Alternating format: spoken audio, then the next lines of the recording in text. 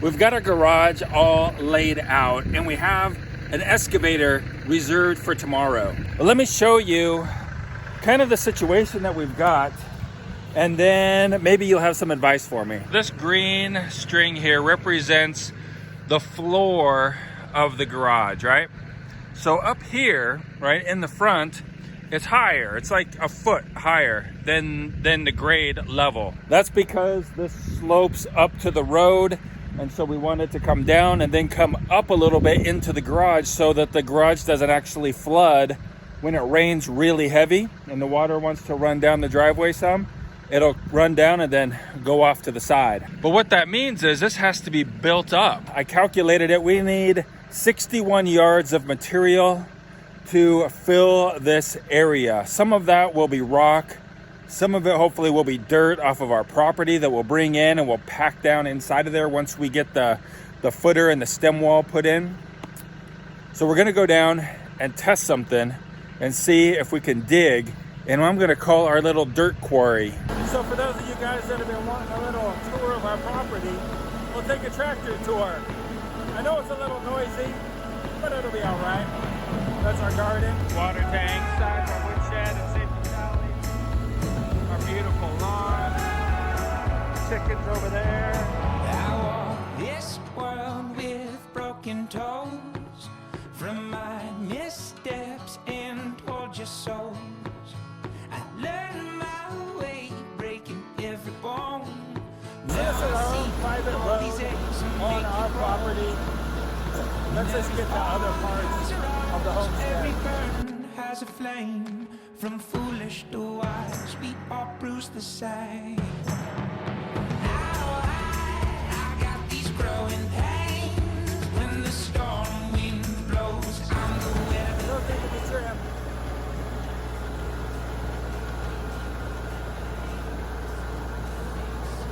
But it's a good road, really. You can drive a car down here. You just gotta trim up some of those branches. All right, so here we are. This is kind of the part of the lower end of our property. It's actually where we tried to drill that well. And there's the well right there, the well pump. And then that little pond is right over here as well. I'll show you the little pond. All right, here's the little pond right there. Bam. All right, and our well. I'd pump it for you, but I don't have anything to prime it with. I didn't bring a bucket or nothing down here. But that's the well anyway. So what I'm thinking is, what we'll do, or we'll try anyway. So this has a fairly good slope to it. And so we'll come in with the tractor and we're gonna try to dig out a big flat spot up here. And then that way we can use that dirt to fill in the garage, and we'll gain a flat spot down here. We'll have a bank, maybe a pistol range or something down here. But we'll give it a try and just see if we can dig with just a bucket. I cut my teeth till I taste the way. My empty mouth finds the words to say. All the things I found being chipped away, and all the ways I built from how I pray. And every laugh has a cry, every loss has a gain. From foolish to wise, I would say most definitely we're going to be able to dig down here.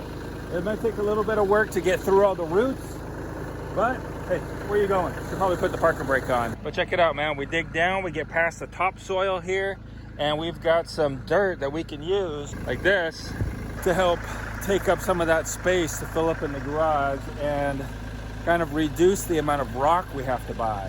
Of course, we'll have to pack it down. We'll get rent one of those packers.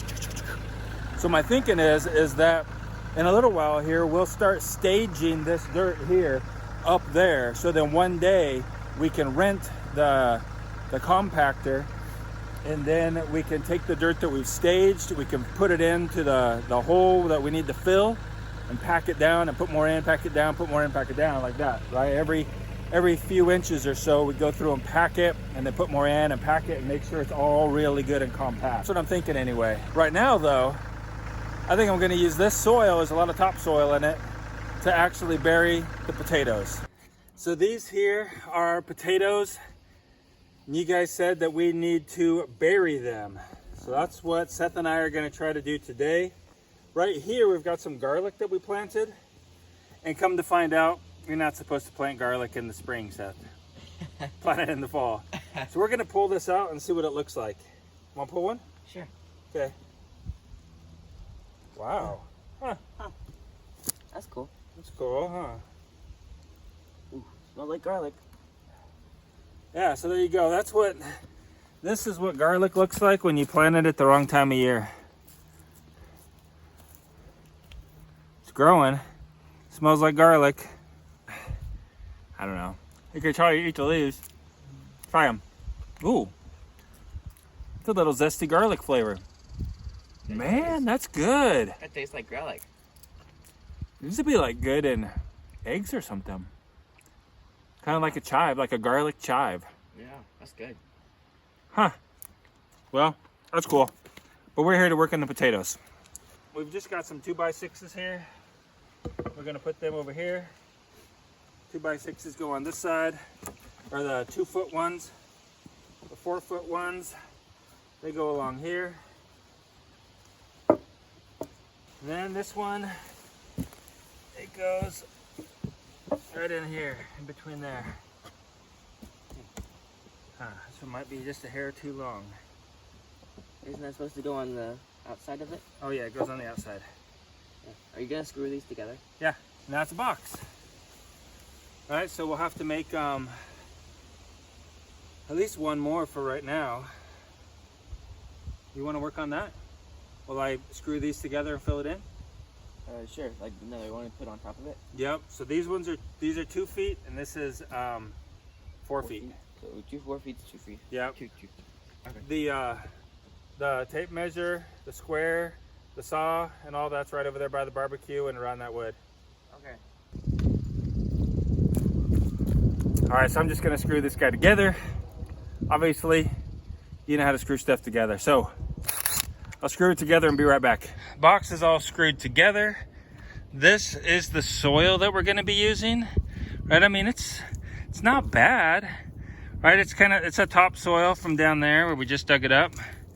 Got most of the roots out of it, but we're gonna use this in here. Seth's over here getting our next layer ready. Yep. It's cool. Thanks, pal. I had to go get the shovel.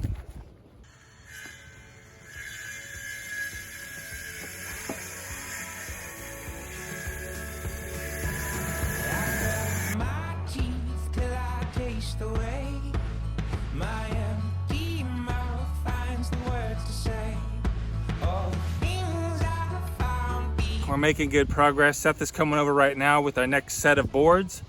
And I know you're asking, why didn't you just drive the tractor into the garden? You built that fence and now you can't get your tractor in the garden. Well, we did build the fence, but right there is the gate for the tractor. It's a temporary gate. I mean, the gate opening is there, but right now it's laced like a shoelace basically with rope. And so I didn't want to go ahead and take all that apart. We're not doing a lot of dirt work in here. So I figured it'd be easier just to get the wheelbarrow and use it than it would be to actually unlace all of that and then lace it all back up. So we're just using the wheelbarrow for right now, guys. All right.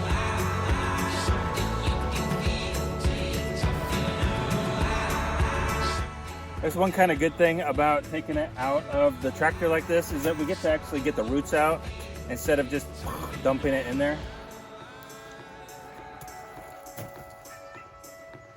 We'll call that a consolation prize for having to do the extra work.